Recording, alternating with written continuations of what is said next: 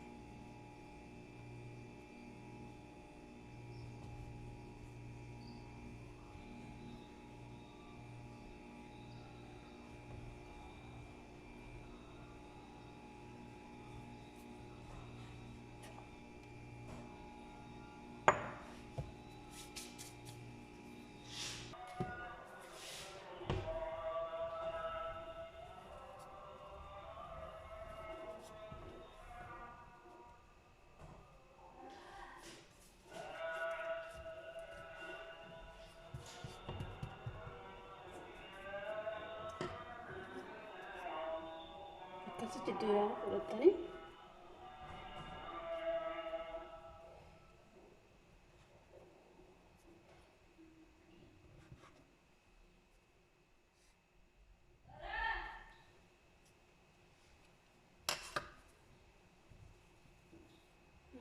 kana fakkaata.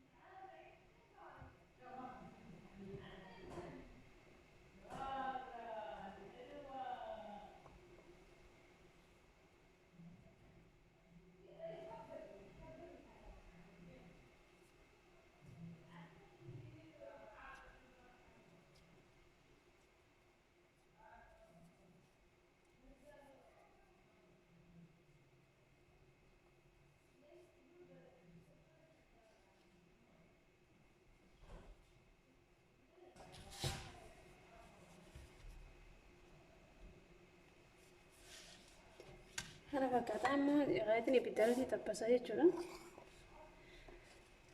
Wajjin tura. Waantun zayitiidha. Zayitii ibiddarra kaa'atiin jira jechuudha. Akkasii jireessa nagaa jechuudha.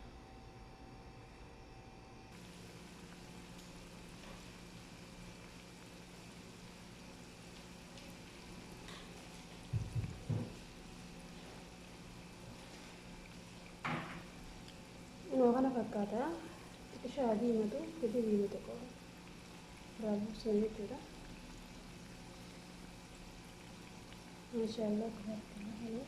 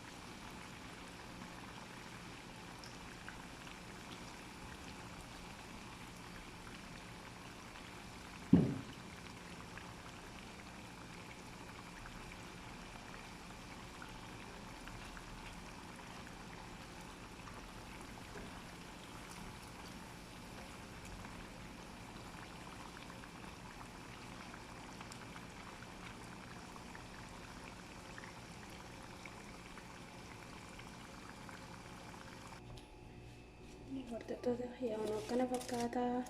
Wanti bareetiin jira. Maashaallah nu bareedadha.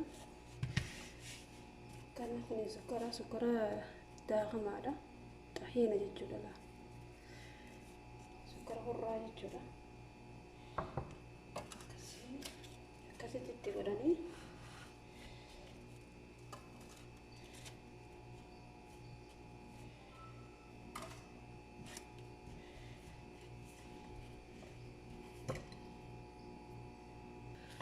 Uno akkana fakkaata hordoftoota kiyyaa. Uno godheetiin jira. Maashaallah bareedadha jechuudha. Saawuma feetan godhattanii haaluma akkasitti godhattanii isiniin jaa. Haasiisaalleen akkana fakkaata maashaallah. Hanga viidiyoo biraatti walitti deebinutti subscribe godhaadhaan isiniin jaa walitti deebina nagaatti inshaallah. Bye. Hordoftoota kiyyaa nagaan naa jiraadha. Hanga viidiyoo biraatti walitti deebinutti toltee gaariin isiniin jaa.